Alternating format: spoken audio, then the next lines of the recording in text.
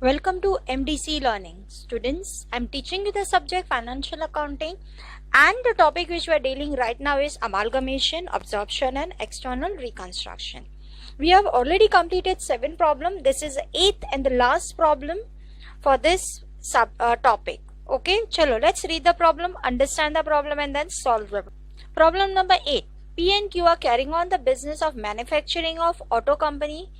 Both the companies decided to amalgamate and a new company PQ Limited is to be formed with an authorized capital of 10 lakhs, equity share divided into 1000 equity share of rupees 100 each. See, this is just for an information which we write in equity shares. Am I correct? This is just an information.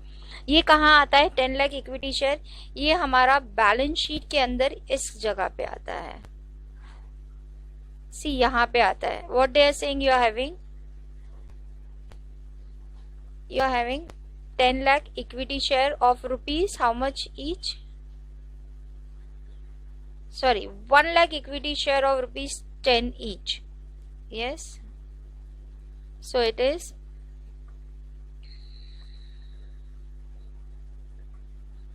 1 lakh equity share of rupees 10 each.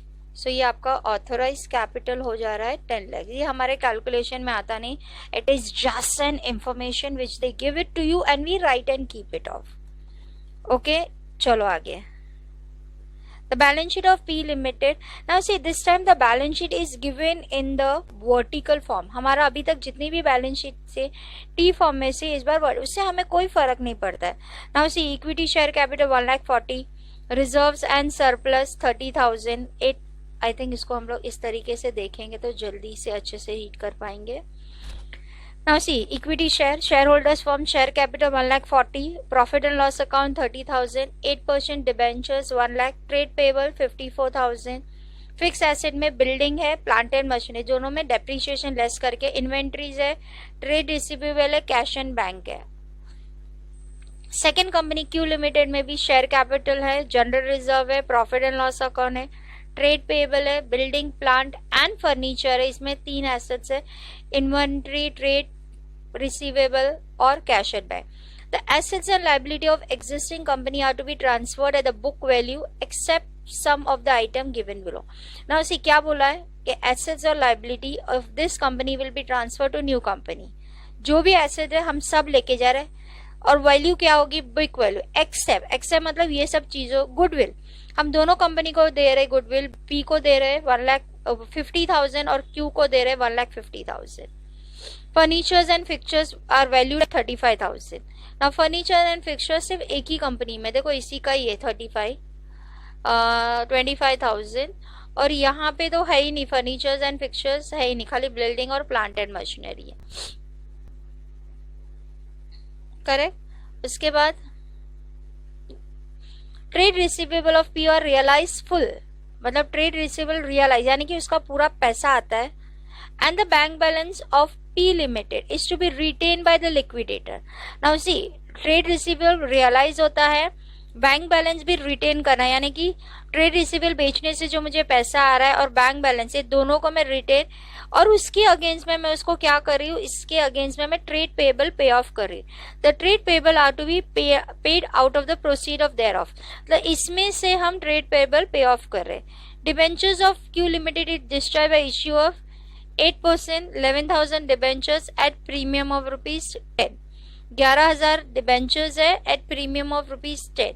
Compute the basis on which PQ will be issued at par to the shareholders of existing and draw the balance sheet as on 31st March. Now इस बार journal entry भी नहीं पूछा है, सिर्फ balance sheet पूछा है. सो इस बार 2 ही चीजें पूछा है. आपको परचेज कंसिडरेशन पूछा है. Now students, you are in TY, you know कोई भी एक प्रॉब्लम एक जैसा नहीं होता है, हर एक प्रॉब्लम में कुछ ना कुछ अलग होगा. आपके पास अकाउंट्स का नॉलेज है, आपको उसको यूटिलाइजेशन करना है और उसको यूज करना है. चलो, सबसे पहले अगर मैं देखूंगी तो ये मेरा जो मेथड है, ये कौन सा मेथड है?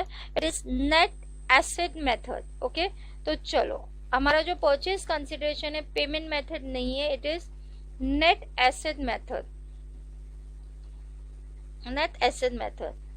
चलो, यहाँ पे है P limited, sorry P Limited,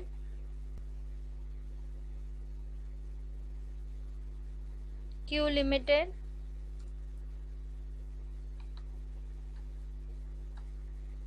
और दोनों मिलके कंपनी बन रही है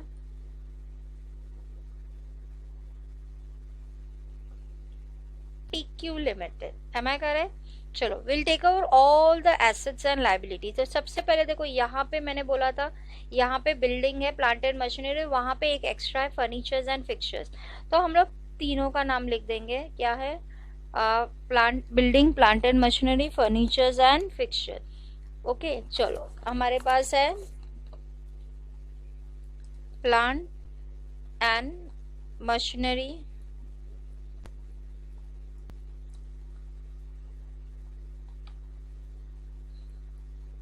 plant and machinery, land and building,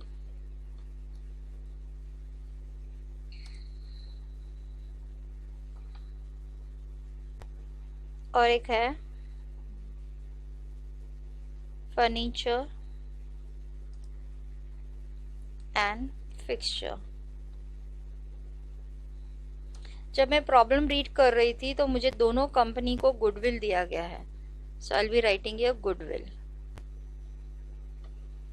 दोनों कंपनी को हमने गुडविल दिया है तो गुडविल. ओके, चलो पहले हम लोग पी का वैल्यू लिख देते. पी का वैल्यू मुझे यहाँ से डायरेक्टली मिल रहा है 1 लाख और 1,25,000. बिल्डिंग का 1 लाख है और प्लांट एंड मशीनरी का 25,000 है. बिल्डिंग का 1 लाख है और प्लांट एंड मशीनरी का 25,000 है, क्योंकि बुक्स वैल्यू पे ले जाने बोला है. करेक्ट?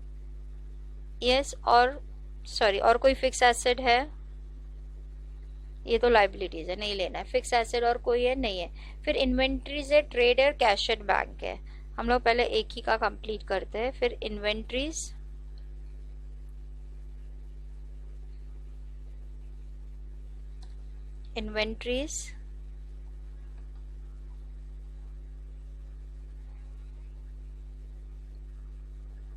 इन्वेंट्रीज के बाद क्रेडिटर्स, और इसके बाद है cash and bank balance. Okay, चलो. Yes, inventories is 1,35,000, receive trade credit debtors is 44, cash at bank is 30.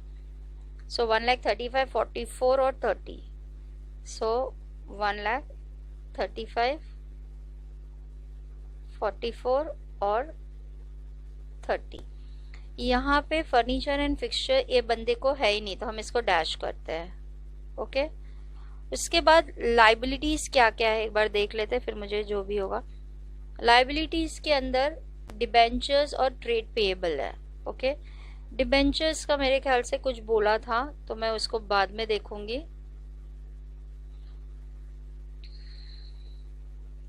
Less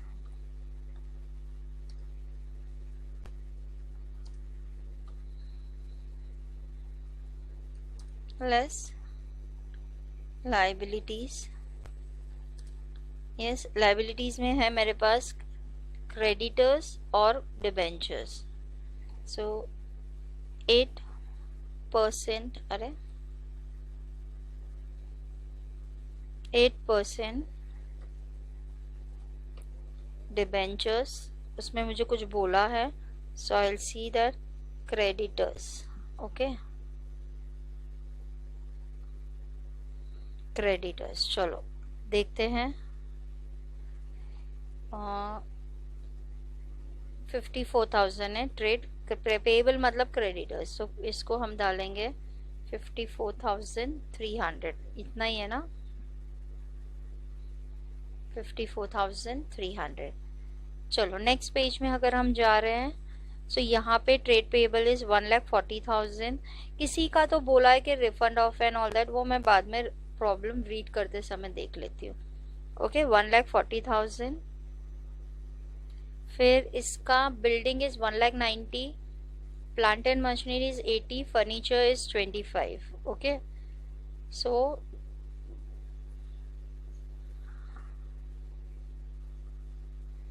building is 1 lakh,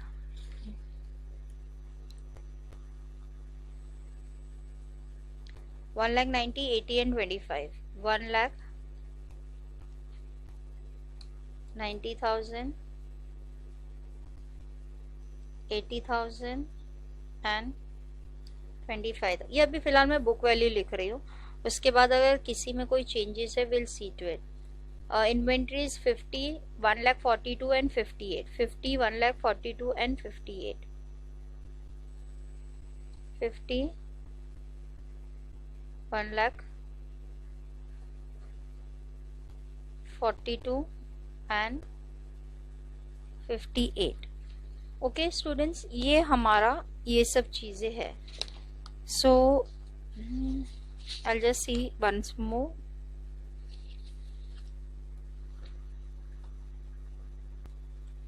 yes, और अभी लाइबिलिटी साइड में इसका सिर्फ ट्रेड पेएबल है 1,40,000। ओके, सो इस पर्सन का लाइबिलिटी के अंदर डिवेंचर्स नहीं है, तो वो मैंने कर दिया। ओके, डिवेंचर्स नहीं है, ये 1,40,000। अब हमने ये सब कर लिया। Now will read the assets and liability of existing company is to be transfer at book value. तो बुक वैल्यू पे except some items given below. Goodwill हमने दिया है 50,000 एंड 1,50,000। सो मैंने यहाँ पे गुडविल के लिए जगह छोड़ी थी। Yes, this person is getting goodwill of rupees 50,000. This person is getting a goodwill of rupees 1,50,000. I have made the changes. उसके बाद furnitures and fixtures are valued at 35,000. Furnitures and fixtures, देखो यहाँ पे मैंने 25 वैल्यू दिया, ये 25 value नहीं है, 35 का वैल्यू है। Okay, so furnitures and fixtures is taken at 1,35,000. Next page. Trade payables are realized fully and bank balance are retained by the liquidator of P Limited, and out of that proceed trade payables are paid. Now see, यहाँ पे क्या हो रहा है, यहाँ पे creditors नहीं आता है ना बच्चों, यहाँ पे डेटर्स आता है।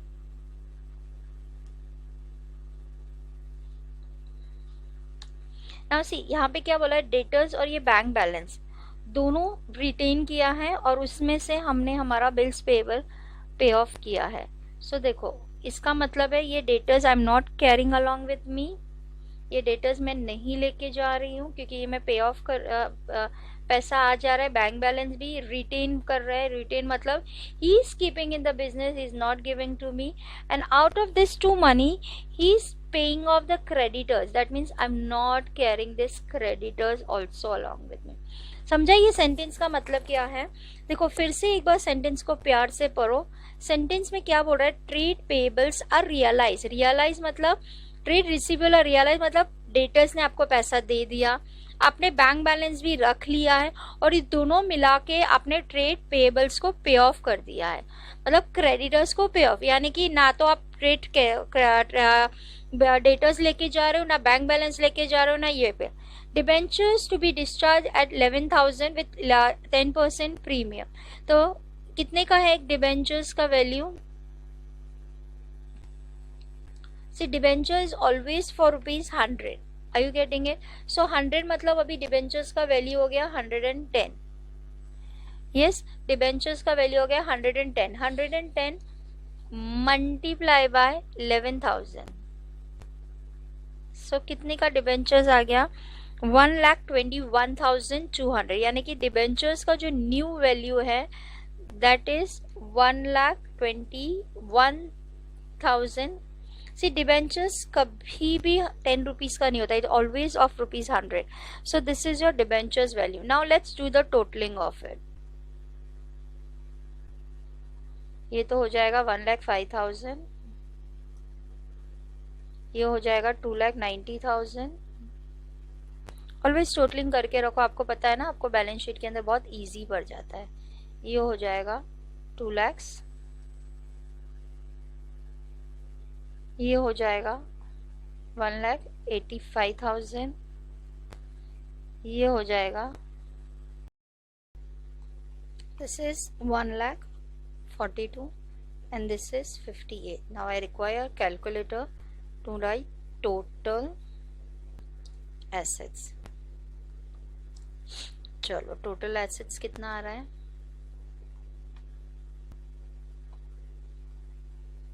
25,000 plus 1 lakh plus 50,000 plus 1,35,000.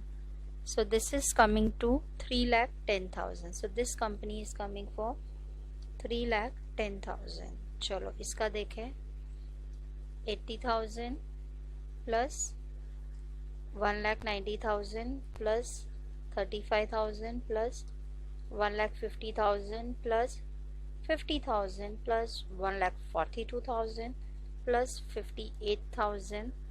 So this is coming to 7,05,000. 7,05,000. अगर मैं दोनों टोटल करती हूँ, सिंपल है, 10,15,000. चलो टोटल करके देखते हैं. पहले तो मेरा बराबर है कि ये देख लो, 10,15,000. चलो 1,05,000 plus 2,90,000 plus 35,000 plus 2 lakhs plus 1,85,000 plus 1,42,000 plus 58,000. That comes to 10,15,000. Am I correct? So that means this is correct. And I always have an habit of writing total in red. Correct? So that next time minus करते समय हमें पता चल जाता है.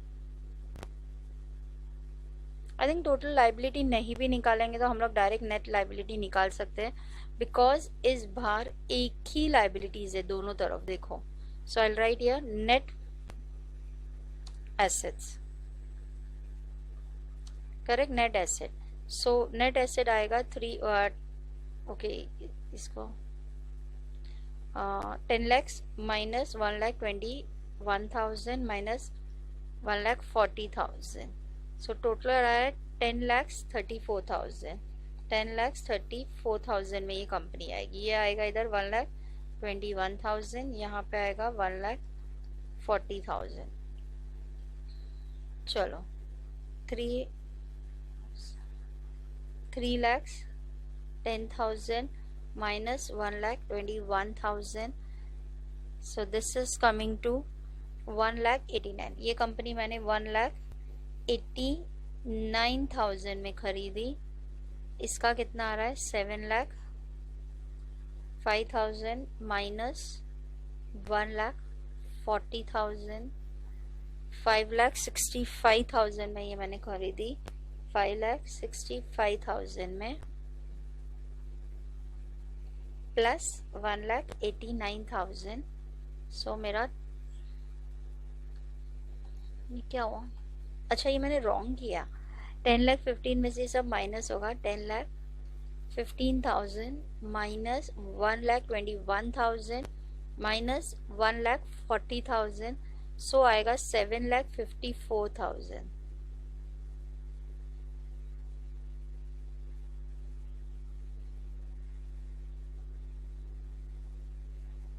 $7,00,000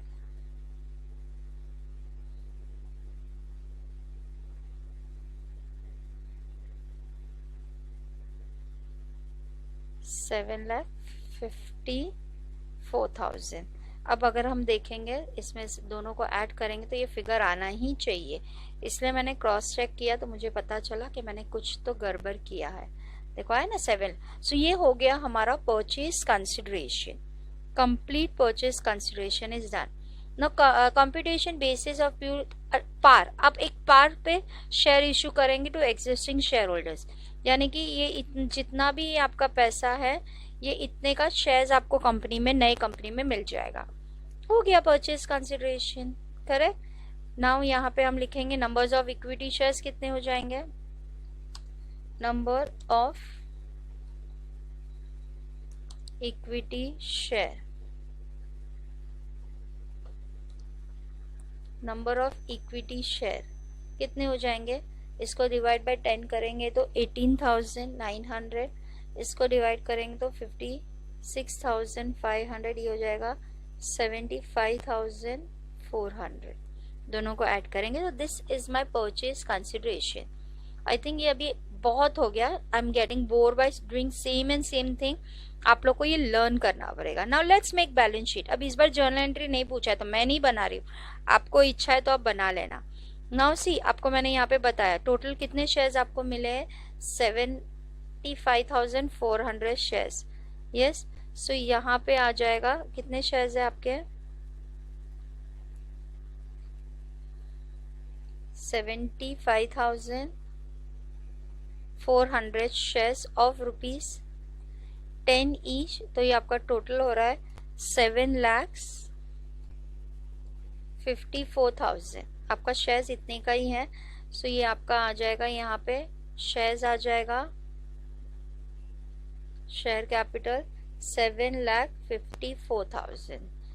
चलो अभी मैं जैसे रेगुलर करती हूँ, plant and machinery, land and building, furniture and fixtures, आपको इसका वर्किंग नोट बनाना है। ये 3 का टोटल आपका आएगा, किसमें आएगा, टेंजिबल एसेट। तो मैं डायरेक्टली टोटल कर लेती हूँ ये तीनों का, आप लोग ये वर्किंग नोट में खुद ही बनाओगे। 1,05,000 प्लस 2,90,000 प्लस 35,000, सो टोटल आपका टेंजिबल एसेट आ रहा है 4,30,000। कितना आ रहा है आपका tangible asset, 4,30,000। Yes, so my tangible assets, yes, tangible asset is 4,30,000। intangible asset भी आपके पास इस बार है goodwill, that is coming to 2 lakhs, so you will be having a goodwill rupees 2 lakhs। after that you have inventories, that is 1,85,000, so inventories में आप डालोगे 1,85,000। फिर debtors is 1,42,000 और bank balance is 58,000, so debtors is trade receivable 1,42,000 और cash and cash equivalent is 58,000।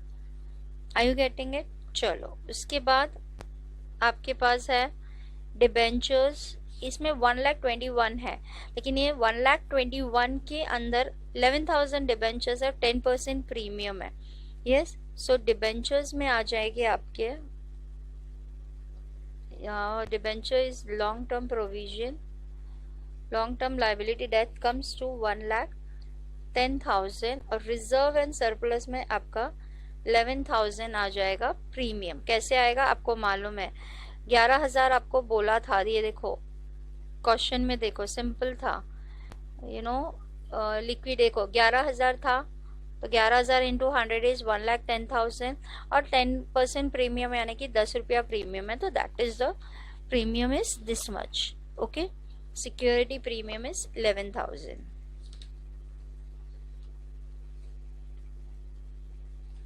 Everything is over creditors यानी कि bills पे, trade receive payable is 1,40,000, 1,40,000। Now what is left out, only the totalling, totalling अगर बराबर हो है that means my balance sheet is correct. And this is the last problem, मैंने आपको starting of the video में बोला, इसके साथ we are completing the chapter. 1,54,000, 11,000 plus 1,10,000 plus 1,40,000, that comes to 10,15,000. okay, so this is coming to 10,15,000। चलो नीचे का भी देख लेते हैं।